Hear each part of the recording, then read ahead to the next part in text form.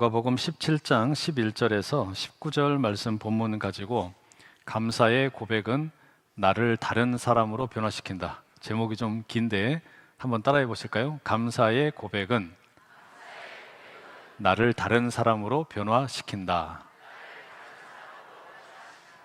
네, 이런 제목으로 말씀 나누겠습니다.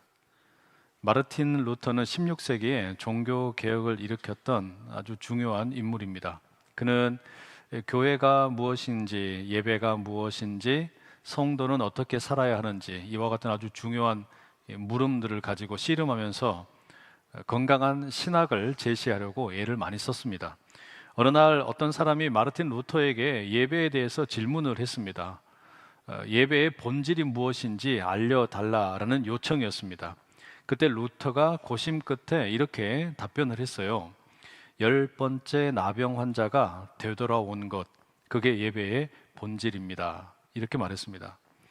오늘 본문과 아주 깊은 관련이 있는 그런 답변인데요.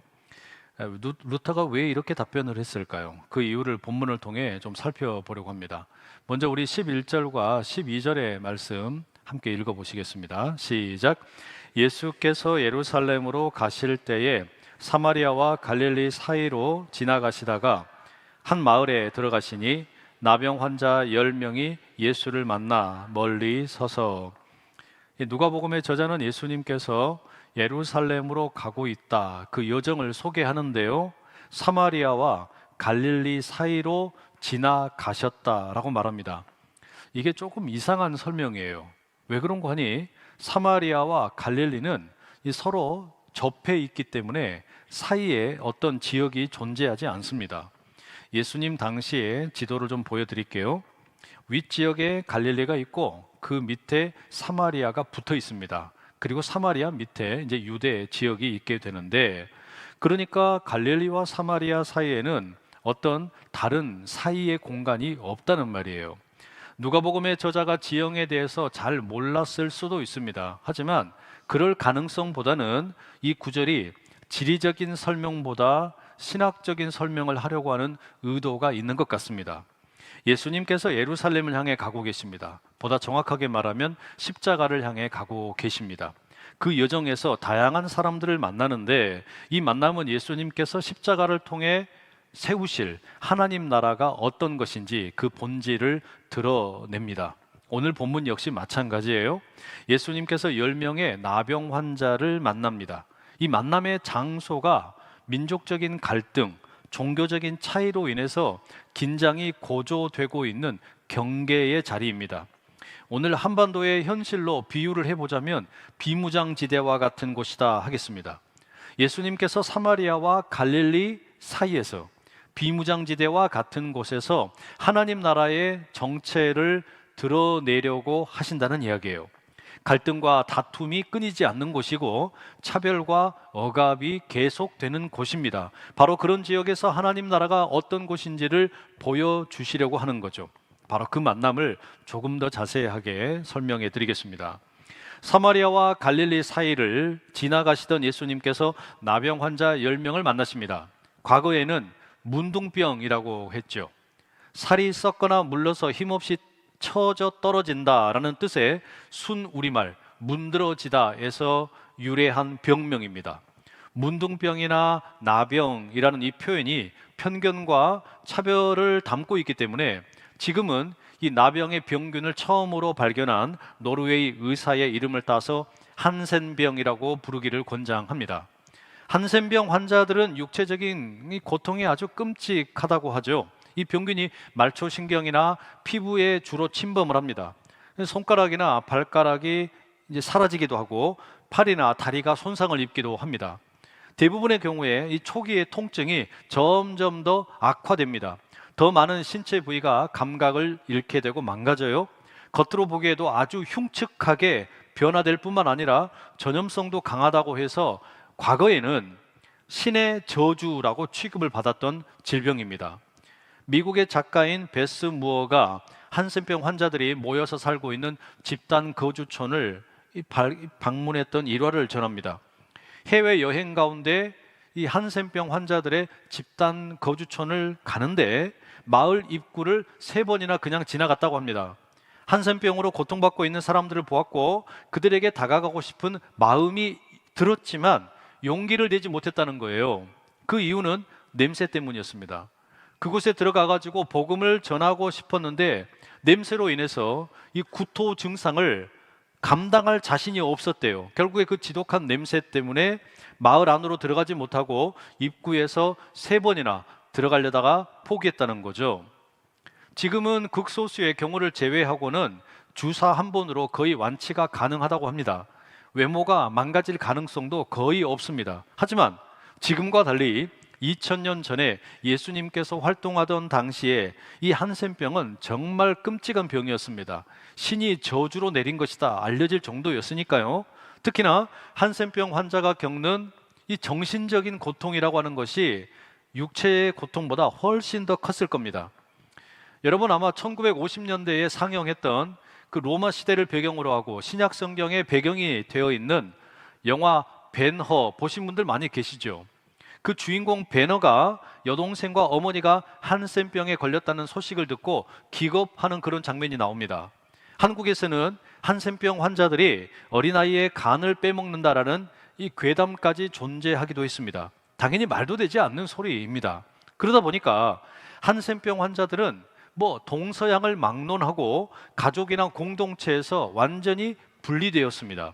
한센병으로 진단을 받는 즉시 격리가 되는 거예요. 배우자, 자녀, 손주들 작별 인사를 할 수도 없습니다. 이렇게 격리가 되면 다시는 가족들을 만나기가 어렵습니다. 가족을 다시 만날 수 있는 유일한 방법이 이스라엘의 경우에는 있었습니다. 제사장에게 치유 확인을 받는 것인데 이 과거 이스라엘에서 제사장은 예배를 인도하는 역할뿐만 아니라 일종의 보건 관리자였습니다. 만약 어떤 사람이 한센병에서 기적적으로 치유가 되었다면 제사장은 그 사람의 몸을 확인을 하고 질병이 완전히 제거되었다라는 것을 보고서 이 사람이 치유되었다라는 것을 공표하는 그런 역할을 했습니다. 그럴 경우에는 이 한센병 환자가 남편이나 아내를 다시 만날 수 있고 자녀를 다시 안을 수 있고 공동체의 일원이 되어서 일자리를 다시 찾을 수 있게 되었습니다. 제사장이 괜찮다라고 선포를 해야만 이 사람이 치유가 된다라는 이야기예요. 그런 경우가 아니라면 격리된 이 한센병 환자들은 자기들끼리 함께 모여 살았습니다. 함께 떠돌면서 음식을 구하고 다른 사람들에게 다가가거나 일반인들의 마을에 가려고 할 때는 나는 부정한 사람입니다. 나는 부정한 사람입니다. 소리를 높여서 외쳐야만 했습니다. 그러니까 이 본문의 한센병 환자 10명 역시 아마도 다른 사람들로부터 격리가 되어서 함께 모여 지냈던 것 같습니다. 성도 여러분, 만약에 여러분이 가족이나 친구들로부터 이처럼 격리되어서 평생 살아가야 한다면, 그리고 매일같이 만나는 사람들을 향해 나는 부정한 사람입니다. 나는 부정한 사람입니다. 외치면서 살아야만 했다면 이거 어땠을까요? 아마 상상만 해도 끔찍했을 겁니다. 제가 2023년 안식월을 보내는 동안에 아내와 함께 스페인과 포르투갈을 여행을 했습니다. 그때 포르투갈의 카보다로카라는 곳을 방문을 했어요. 유라시아 대륙의 끝이고 대서양이 시작되는 지점입니다. 그곳의 돌탑을 배경으로 아내와 사진을 한 장 찍었는데요. 이 사진은 제가 잘 나온 것 같아서 골랐습니다. 제 아내는 이상하게 나와서 그냥 골랐어요. 저 돌탑에 보면 이곳에서 육지가 끝나고 여기서 바다가 시작된다라는 포르투갈어가 새겨져 있습니다. 아마 유럽인들에게는 이 포르투갈의 카보다로카라는 곳이 땅의 끝이라 여겨졌던 것 같습니다. 세상에는 이와 같은 종류의 땅끝이 여럿 있습니다. 전라남도 해남군 송지면에 가면 땅끝 마을이 있습니다. 그곳이 한반도의 끝이라 그렇게 부릅니다.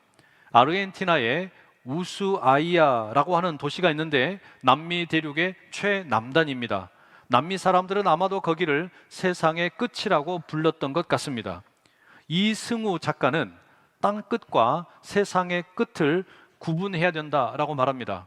땅끝이라고 하는 것은 어딘가에 있고 눈으로 볼 수 있는 장소라면 세상의 끝은 어딘가에 있는 것이 아니라 어떤 상태인데 우리 눈에 포착되지 않는 것이다 라고 말합니다. 그러면서 오래된 팝송 스키터 데이비스의 The End of the World의 가사를 예로 듭니다. Why does the sun go on shining? 기억나시죠? 아마 오래된 분들 다 기억하실 그런 노래일 텐데, 이 노래에 이런 가사가 있어요. 왜 심장이 뜨거워지는 걸까요? 왜 내 눈에서 눈물이 날까요? 세상이 끝났다는 것을 모르나요? 당신의 작별 인사에 세상이 끝났다는 걸. 세상은 그대로 있습니다. 세상은 그 자리에 그대로 있습니다. 햇살은 여전히 따사롭고 새들은 멈추지 않고 노래를 부릅니다. 하지만 사랑을 잃고 시리에 빠진 사람에게 세상은 종말을 맞이했습니다. 이별을 통보받은 이에게 세상은 이미 끝난 것이나 다름이 없습니다. 그러니 세상의 끝은 장소가 아니라 어떤 상태라고 말할 수 있는 거예요. 아마도 한센병 환자들 역시 세상의 끝을 경험하는 상태였을 겁니다. 날마다 눈을 뜨고 하루하루 살아가는 것이 버겁기만 하다라는 이야기예요. 너무 고통스러워요. 자기 자신의 몸이 문드러져 가는 것도 고통스럽고, 다른 사람들에게 나는 부정한 존재라고 외치는 것도 너무 고통스러운 거죠. 어쩌면 오늘 추수감사 주일 예배를 드리기 위해 이곳에 앉아있는 우리 성도님들 중에도 세상의 끝을 경험하는 분들이 있을지 몰라요. 사랑하는 가족을 잃은 상실의 아픔으로 세상의 끝을 경험하는 분들이 있고, 열정을 쏟아부었던 사업장이 어려워져서 세상의 끝을 경험하는 분들이 있고, 목요일 수능 시험 성적을 잘 받았으면 좋았을 텐데 형편없는 결과를 만나 세상의 끝을 경험하는 수험생들이 있고, 갑작스런 사고로 손가락을 절단하는 세상의 끝을 경험하는 환자들이 있고, 부모님이 아픈데도 고국에 돌아갈 수 없어서 세상의 끝을 경험하는 이주민들이 있고, 사는 것이 그저 공허하고 허무해서 세상의 끝을 경험하는 마음 아픈 분들도 있을 겁니다. 이런 분들은 사실상 한센병 환자와 다를 바가 없어요. 적어도 세상의 끝을 경험하고 있다는 점에서는 또 다른 한센병 환자입니다. 어쩌면 여기 예배를 드리는 우리 모두가 예외가 아닐 수도 있습니다. 한센병 환자들은 자기 눈으로 자기 몸이 조금씩 망가져 가는 것을 보게 됩니다. 손가락이 차례로 문드러지고 사라집니다. 발가락도 차례대로 사라집니다. 하지만 그들의 눈은 자기 마음이 문드러지고 망가지는 것을 볼 수 없습니다. 우리 눈이 바깥을 향하도록 설계되었기 때문입니다. 우리 마음이 진짜 세상의 끝이에요. 정말 도달하기 어려운 세상의 끝은 해남의 땅끝 마을이나 포르투갈의 카보 다 로카나 아르헨티나의 우수아이아가 아닙니다. 세상의 끝은 우리 내부에 있습니다. 세상의 끝은 우리 마음입니다. 우리의 내부가 세상의 끝이에요. 거기서 우리는 우리의 외부가 알지 못하는 우리의 속을 만나게 돼요. 그 속에 우리 자신이 있습니다. 우리의 내부는 공간이 아닙니다. 그 속에는 내가 있는 거예요. 그러니 세상의 끝에서 우리가 만나는 것은 다름 아닌 우리 자신입니다. 우리 자신을 만나는 게 제일 두려운 일입니다. 가장 막다른 길이에요. 내 속에 있는 이 내면의 그 세계 속에 있는 나를 만나는 게 가장 두렵고 떨리고 어려운 일이라는 말입니다. 여기에 근본적인 문제가 하나 있습니다. 우리 눈이 바깥을 보도록 설계되어 있기 때문에 내 눈을 가지고서는 나라고 하는 존재를 볼 수가 없습니다. 나 자신이 바깥에 있지 않기 때문입니다. 그러니 내 눈은 나를 볼 수 없고 나를 제외한 세상의 모든 것을 볼 수 있습니다. 그럼 여러분, 내가 나를 보려면 어떻게 해야 되겠습니까? 내가 나를 보려면 다른 눈을 가지고서 볼 수밖에 없어요. 나는 이미 세상의 끝으로 도피하는 경우들이 너무 많습니다. 세상의 끝, 나의 내면 속으로 숨어버리고 도피하는 경우가 너무 많아요. 그런 나를 보기 위해서는, 내부에 숨어있는 나를 보기 위해서는 다른 눈이 필요합니다. 누가복음 말씀에 의하면 한센병 환자 10명이 예수님을 만나서 멀리 서가지고 소리를 높였습니다. 예수 선생님이여, 우리를 불쌍히 여기소서. 예수님께서는 자기에게 가까이 다가오지도 못하고 멀리에서 서서 소리를 지르고 있는 그들을 보셨습니다. 뭘 보셨을까요? 예수님께서 뭘 보셨을까요? 그들이 한센병 환자라는 것을 보셨겠죠. 그리고 말씀하십니다. 가서 제사장들에게 너희 몸을 보이라. 이것은 구약 율법에 따르는 조치입니다. 몸이 깨끗하게 될 것이니까 어서 가서 제사장에게 보여주고 이제 정상적인 일상의 생활을 회복하라라는 말씀이었습니다. 그런데 여러분, 이게 전부일까요? 예수님께서는 저기 멀리 서서 예수 선생님이여 우리를 불쌍히 여기소서 외치는 이 한센병 환자들의 몸만 보았을까요? 10명의 한센병 환자들이 예수님의 말씀을 듣고 가다가 자기 몸이 깨끗하게 변했습니다. 15절에 의하면 그 중에 한 사람이 자기 몸이 나은 것을 보았습니다. 흉터가 사라지고 새살이 돋아서 건강하게 된 것을 보았다는 말이에요. 얼마나 좋은 일입니까? 너무 좋은 일이잖아요. 그래서 1시간이라도 빨리 제사장을 만나서 완치 판정을 받고 일상으로 돌아가고 싶은 마음이 굴뚝 같을 거예요. 사랑하는 아내도 만나고 싶고 자녀들도 다시 한번 알아보고 싶고 일자리도 다시 한번 갖고 싶은 그런 마음이 얼마나 가득했겠습니까? 그런데 그 10명 중에 한 사람은 가던 길을 돌아옵니다. 제사장에게 가는 것이 아니라 예수님에게로 돌아옵니다. 도대체 이 사람이 왜 돌아왔을까요? 예수님 발 아래 엎드려서 하나님께 영광을 돌리고 먼저 감사를 표현하려고 돌아왔습니다. 성경은 그를 가리켜 사마리아 사람이었다고 말합니다. 예수님께서는 이렇게 돌아온 그 사마리아 사람에게 말씀하십니다. 17절에서 19절입니다. 예수께서 대답하여 이르시되 10사람이 다 깨끗함을 받지 아니하였느냐? 그 9은 어디 있느냐? 이 이방인 외에는 하나님께 영광을 돌리러 돌아온 자가 없느냐 하시고 그에게 이르시되 일어나 가라 네 믿음이 너를 구원하였느니라 하시더라. 예수님께서 먼저 물으셨어요. 나머지 9명은 어디 있느냐? 사실 이 질문은 조금은 말이 되지 않는 질문입니다. 예수님께서 앞서서 뭐라고 그러셨어요? 율법에 기록되어 있는 대로 제사장에게 찾아가서 너희 몸을 보여줘라 그렇게 말씀을 하셨어요. 그러니 나머지 9명은 어디 있습니까? 제사장에게로 가고 있는 중일 겁니다. 이 질문 자체가 앞뒤가 맞지 않습니다. 그런데 왜 이렇게 물으셨을까요? 게다가 돌아온 사람은 사마리아 사람이라고 소개합니다. 예수님은 그를 가리켜 이방인이라고 부르십니다. 누가복음 10장 25절 이하에 보면 선한 사마리아인의 비유가 나오는데 뭔가 이 사건과 이 선한 사마리아인의 비유가 통하는 면이 꽤 있습니다. 선한 사마리아인의 비유에 보면 강도 만난 이웃이 있습니다. 제사장은 그것을 보았지만 본체 만채 그냥 지나갔습니다.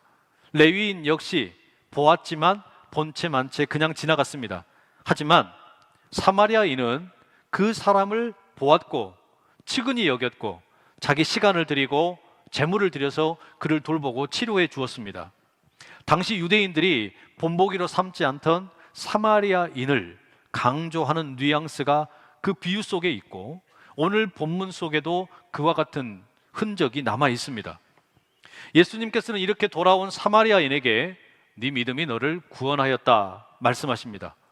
공동번역 개정판에는 네 믿음이 너를 살렸다라고 번역하고 있습니다. 여기 사용되는 단어는 치유가 되었다, 낫게 되었다, 구원되었다 다양하게 번역이 됩니다. 어떤 번역이 되었든지 간에 한 가지는 분명합니다. 이게 단지 치유의 이야기가 아니라는 이야기예요. 몸의 치유 이상의 것이 담겨 있습니다. 이와 같은 내용들을 종합을 해놓고 보면 우리는 이렇게 말할 수 있을 것 같아요. 예수님께서 10명의 그 한센병 환자들을 보셨을 때 예수님은 그들의 겉모양만 보신 게 아니에요. 예수님은 그들의 속 마음도 보고 계셨습니다. 주님께서는 오늘 여기 예배 자리에 나오신 우리에게도 동일하게 보고 계십니다. 여러분들의 겉모습만 보시는 게 아니라 여러분의 내면, 여러분의 세상의 끝과 같은 그 속 사람도 보고 계신다는 이야기예요.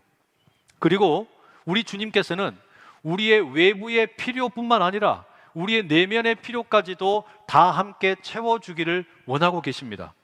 예를 들어 여러분, 우리가 예배 자리에 나와서 하나님께 기도를 드립니다. 하나님, 제가 지금 돈이 없어요. 저에게 돈을 좀 주십시오. 이렇게 구할 수 있죠. 그러면 하나님께서는 돈이 없어서 재정 상태가 어려운 우리의 외부의 모습을 보실 뿐만 아니라 사실은 그 돈 때문에 고생하고 있는 우리의 피폐해진 마음까지도 함께 보신다는 이야기예요. 그리고 우리의 외부와 내면이 함께 회복되기를 원하시는 것, 이게 우리 주님의 뜻입니다. 문제는 우리의 눈입니다. 우리의 믿음은 보는 것과 깊은 관련이 있습니다. 선한 사마리아인에게 그 따뜻한 눈이 있었던 것처럼 10명의 한센병 환자들이 치유가 되었지만 그 중에 한 명만 자기의 몸을 보고 알아차리고 그 일이 일어난 것을 마음에 깊이 새겼습니다. 그리고 이것이 그 눈이 9명과 1명을 가르는 결정적인 차이가 되었습니다. 그는 자기 몸에 일어난 일을 보고서 예수님의 통치와 능력을 깨달았습니다. 그는 자기 몸에 일어난 이 변화를 보고서 큰 소리로 하나님을 찬양했습니다. 그는 자기 몸에 일어난 이 치유를 보고 제사장에게 가던 길을 돌이켜서 예수님께로 돌아와 감사를 고백합니다. 여러분, 이렇게 보면 오늘 본문의 이야기는요, 사실상 주님의 눈과 우리의 눈이 만나면 얼마나 대단한 일이 일어나는지 보여주는 이야기라 하겠습니다. 세상의 끝에 내몰린 사람들, 그들은 자기 눈을 가지고서는 자기 자신을 볼 수가 없어요. 이 내면 깊숙한 곳에 도망가 버린 자기 자신을 도무지 헤아릴 수가 없습니다. 내가 왜 이렇게 망가지고 있는지도 알 길이 없어요. 세상의 끝에 내몰린 사람들은 내부의 자아를 볼 방법이 없단 말이에요. 그러나 주님께서는 세상의 끝에서, 이 속에서 신음하고 있는 우리를 찾아내십니다. 우리의 존재가 주님의 눈에 의해서 발각이 되고 벌거벗겨지는 겁니다. 이것이야말로 세상의 끝에 있던 자에게는 새로운 시작이에요. 단순한 시작이 아니라 완전히 새로운 존재가 되는 경험입니다. 바울은 다메섹을 향하여 가다가 빛으로 임하시는 그 주님의 눈에 의해서 발각이 되고 새로운 존재로 변화되었습니다. 베드로는 예수님을 3번이나 모른다고 부인했던 인물인데 주님의 눈에 의해서 다시금 발각이 되었고 그도 역시 그 존재 자체가 완전히 벌거벗겨졌습니다. 오늘 본문에 나오는 한센병 환자 역시 주님의 눈에 의해서 발각이 되었고 새로운 존재로 거듭났다는 이야기예요. 문제는 여러분, 그 다음이에요. 주님께서는 우리의 이 세상의 끝에 있는 우리의 내면에 찾아오시고 우리를 발견해내시고 우리를 발가벗기시고 새로운 존재로 만들려고 애를 쓰고 계십니다.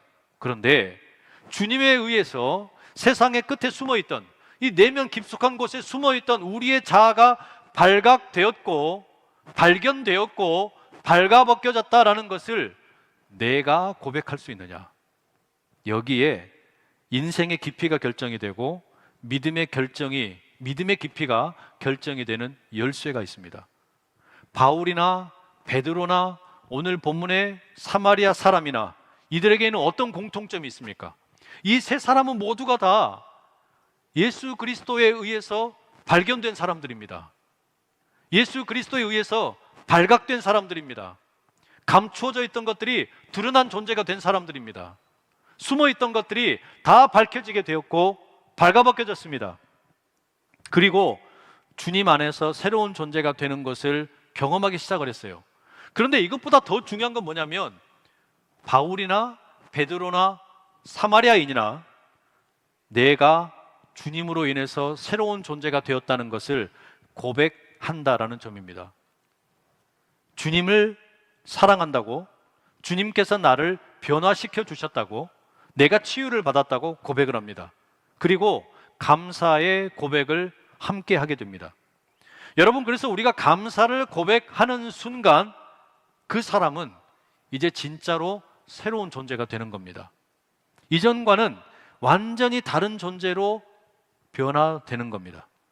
세상의 끝에 내몰린 것 같은 상태였을지 몰라도 이제 새로운 시작을 할 수 있게 되는 겁니다. 다만 우리가 살아가는 이 삶이 내가 아무리 부인하고 싶어도 중력의 영향에서 벗어날 수 없는 것처럼 우리 믿는 자들도 이 땅에서 죄의 관성으로부터 자유로울 수가 없습니다. 죄의 관성에 의해서 지배를 받습니다. 그렇기 때문에 우리는 수도 없이 다시금 세상의 끝으로 내몰립니다. 세상살이 가운데 어려운 일을 만날 때, 건강의 위기를 만날 때, 관계가 깨어질 때 우리는 내면의 세계 속으로 숨어버려요. 우리는 세상의 끝으로 들어가 버립니다. 내 눈으로 나 스스로를 찾을 수 없는 곳에 숨어버리는 겁니다. 그렇기 때문에 우리는 끊임없이 예수 그리스도에 의해서, 예수 그리스도의 눈에 의해서 다시 발견되어야만 합니다. 예수 그리스도께서 우리 가운데 찾아오셔서 우리를 발각되게 하시고 우리를 드러내시고 우리를 발가벗기시고 주님의 품 안으로 초청하시는 그 사건을 매일같이 경험을 해야 되는 거예요. 우리의 존재가 막다른 길에 있음이 발각되어야만 합니다. 주님께서는 그렇게 우리를 찾아내셔서 계속해서 말씀을 들려주십니다. 너는 죄인이지만 의인이다 말씀을 하십니다. 고린도후서 5장 17절, 우리가 예배 시간마다 죄를 고백하고 나서 용서의 선언으로 듣는 말씀이죠. 그런즉 누구든지 그리스도 안에 있으면 새로운 피조물이라. 이전 것은 지나갔으니 보라 새 것이 되었도다. 여러분, 우리는 이 선언을 매번 예배를 드릴 때마다 반복해서 듣습니다. 왜 그렇습니까? 내가 시도 때도 없이 세상의 끝으로 내몰리기 때문이에요. 세상의 끝으로 계속해서 내가 숨어버리기 때문입니다. 그런 나를 주님께서는 내가 저 바다 끝에 있을지라도, 저 하늘 끝으로 도망갈지라도, 저 지옥 같은 곳으로 숨어 들어가려고 해도 주님께서는 결국에는 나를 찾아내시고 발견하시고 나를 향해서 말씀하십니다. 너는 내 안에서 새로운 존재가 되었다고. 너는 완전히 새로운 존재라고. 너는 죄인이었을지 몰라도 이제 의인이 되었다고 선포하시고 또 선포하시는 거예요. 그럼 여러분, 우리는 그 주님의 눈에 의해서 새롭게 발견되었기 때문에 이제는 내 눈을 가지고서 나의 존재를 봅니다. 내 앞에 놓여있는 상황을 봅니다. 그리고 우리는 이 눈을 부릅뜨고 어떤 선택을 할 것인지 돌아봐야만 합니다. 역경 앞에서 위험을 볼 것인지 기회를 볼 것인지, 인생의 필요 앞에서 권리를 볼 것인지 선물을 볼 것인지, 낯선 사람 앞에서 적으로 볼 것인지 친구로 볼 것인지, 하나님을 바라볼 때 무서운 심판자로 볼 것인지 따뜻한 사랑의 아버지로 볼 것인지, 우리 자신을 바라볼 때 실패를 볼 것인지 사랑받는 자녀로 볼 것인지, 우리의 미래를 볼 때 두려움을 볼 것인지 희망을 볼 것인지, 그 눈은 주님께서 나를 발견하신 이후에 전혀 다른 눈이 되는 거예요. 내 눈은 이제 달라지게 되는 거예요. 여러분은 무엇을 보시겠습니까? 주님께서 세상의 끝에 숨어있는 나를 찾아내시고 나를 발가벗기시고 예수 그리스도 안에서 완전히 새로운 피조물이 되게 하셨다고 말씀하시는데, 그걸 보게 되었다면 여러분, 건강한 길을 선택하실 수 있기를 축복합니다. 온 마음과 뜻과 정성을 다해서 주님 앞에 감사를 고백할 수 있기를 소망합니다.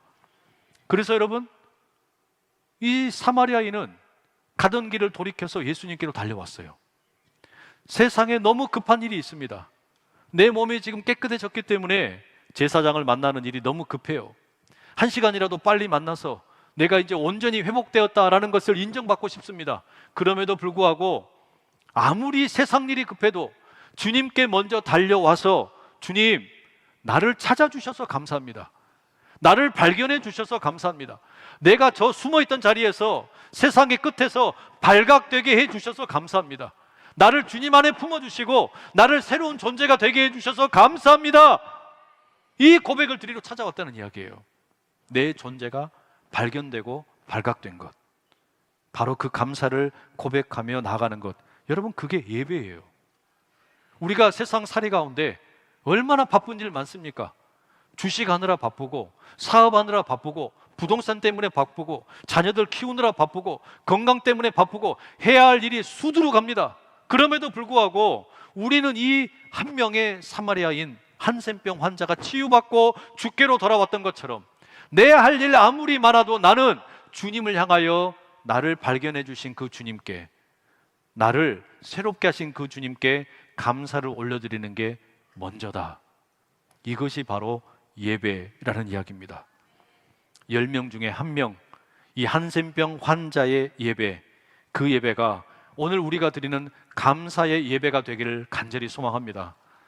이 추수감사주의를 보내면서 여러분, 올 한 해 동안 하나님께서 여러분을 어떻게 발견하셨는지, 예수님께서 여러분을 어떻게 찾으셨는지, 성령님께서 여러분을 어떻게 드러나게 하셨는지 곰곰이 묵상해 보십시오.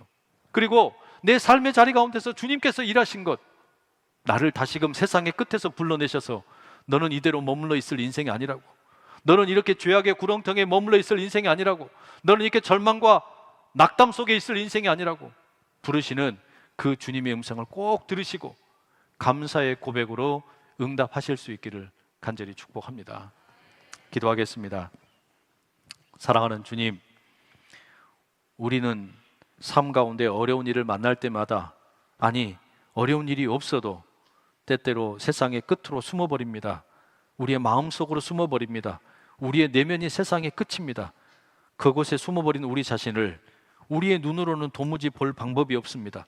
찾을 수가 없습니다. 하오니 주님, 우리로 하여금 주님의 눈이 우리의 존재를 발견할 수 있는 길이 열리게 도와주시옵소서. 주께서 우리를 찾으시고, 주께서 우리를 발견하시고, 주께서 우리를 회복시키시는 그 모든 여정 가운데 우리가 온전히 참여하게 도와주시옵소서. 그리고 세상 일 아무리 바빠도 나를 찾아주신 그 주님 향하여 온전한 예배를 올려드리는 감사의 예배자들 다 되게 하여 주시옵소서. 감사의 고백이 나를 다른 사람으로 변화시켜 주는 줄 믿습니다. 예수 그리스도의 이름으로 기도드립니다. 아멘.